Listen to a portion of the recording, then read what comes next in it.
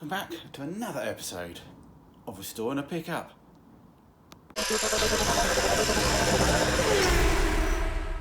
Yep, I think now we've got everything we need to get some lights on. I don't know if I've got enough bulbs for the dashboard, but literally we've got enough. We've got switches, we've got the ignition barrel, we've got the gauge, the centre gauge. Not that you don't need that.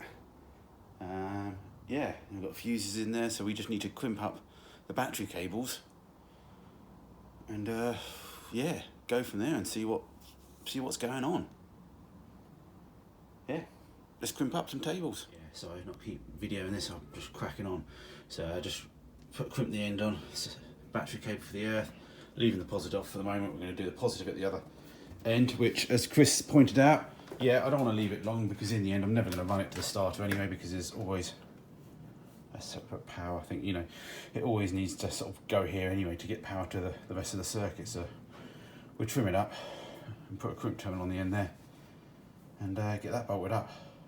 This side would be the one that goes to the starter motor if it ever does have a start that doesn't have a solenoid. Right, you know me, checked everything twice, so plugged some switches in, brake light switch, which you don't really know anyway, headlight switch and hazard switch are the main ones. What we're going to just do is I've checked for a few plus positives that hang around and they're not, so we just touch the old battery quickly. No good sparks, that's always a good sign when you don't get any big sparks. So we'll pop it on. And I haven't got all my lights in the dash yet, so I might be missing. I haven't got the one in the ignition. So obviously nothing's going to happen. Engine won't start though, but that's the solenoid clicking. So that's a good sign. We've got one thing going. So yeah, we've got power to something.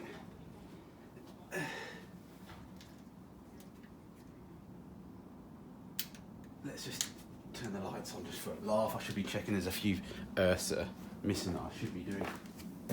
Oh my God. Come and look at this, guys. Got lights. Hey. Let me know if we get full lights. Are the full lights on? That's cool. Oh, let's for a laugh try an indicator. That doesn't sound so good. Did it even come on? No. No. Oh well, couldn't hope for everything to work, could we? Let's just flick the hazard switch just for interest. That's not the hazard switch.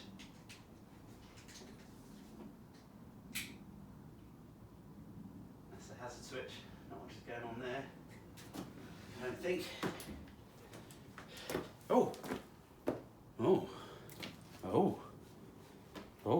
you could have told me that.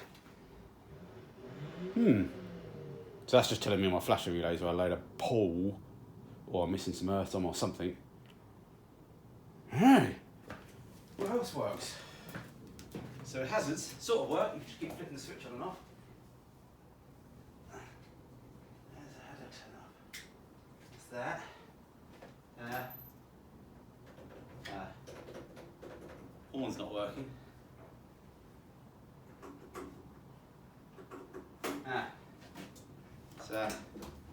Well, that's partial success. We haven't got a fire, but we've got a few things on. It's a start. Keep on diagnosing, Matthew. Okay. Just pop the dashboard in a little bit. I forced the ignition switch on. Obviously, the ignition light wasn't coming on because I don't have an alternator. So I've just faked that for now and went it to earth just to prove that that light works. So yeah. I'm getting a few more. Got the rear lights connected up. Nothing on the brake lights just yet, and haven't figured out what's going on with the indicators. I figured out the rear wiring loom. I was getting a bit confused, thinking these wires don't reach the indicators. Well, they're not missing. And actually, they were the wires that were going to the rear number plate. Although I just connected it up, had to put a new bulb in it. It's a little bit fluctuation. I think The actual wire going through to the boot lids, it's the original one. I reckon it's broken or something, because you get it at the right angle, it's fine, and then you start moving it and it doesn't. And I fiddle around with all these connections and it just seems like where the wire goes through the thing, through the tailgate. So we might have to change those wires. Anyway, yeah, getting there. Still haven't got horns to work or indicators to work yet, but that could well be the relays as well. Oh. We've got the indicators, or the hazards, flashing. You see that? Yeah, I know you can't really, but in principle they're flashing. So I found this before with these little LED ones that, you know, you've got to get, well, they're labelled up correctly or whatever, but you know, you actually have to get them around the right way. You can't just plonk them in any old way. So the front ones are working a bit better, maybe slightly different bulb size, although it could still be a bad earth, or the battery could be a bit flat. So it might be worth just getting the charger on it just to see if it peps things up a bit. But yeah, that's a start. We know that we're sort of getting some wiring sorted. That's a bit more peppy. Yeah, put the battery charge on it. All that batteries having a paddy. So yeah, I think it's related to batteries. So yeah, just check the backs. Yeah, definitely flashing. Not quite the right sort of pulse I'd like, but it's a start. Okay, now the battery's charged, they're acting a lot proper. Still can't get the side indicators to work individually. I've got brake light, got power at the brake light switch, got power at the back. As soon as I plug it into a bulb, you get 0 volts. So I'm thinking that's a bad earth. So I need to go through that. That's what I think, maybe a bad bulb. But yeah, not too sure. So that's that working or not working. And yeah, we're getting there. We'll give the battery a good old charge and try again tomorrow. But it's progress, we're getting there. You know, I don't know why simple things like the horn won't work. But then maybe all that indicator stick is actually all on the same thing, the on indicator and the horn as well. So there could be issues with just the whole stalk.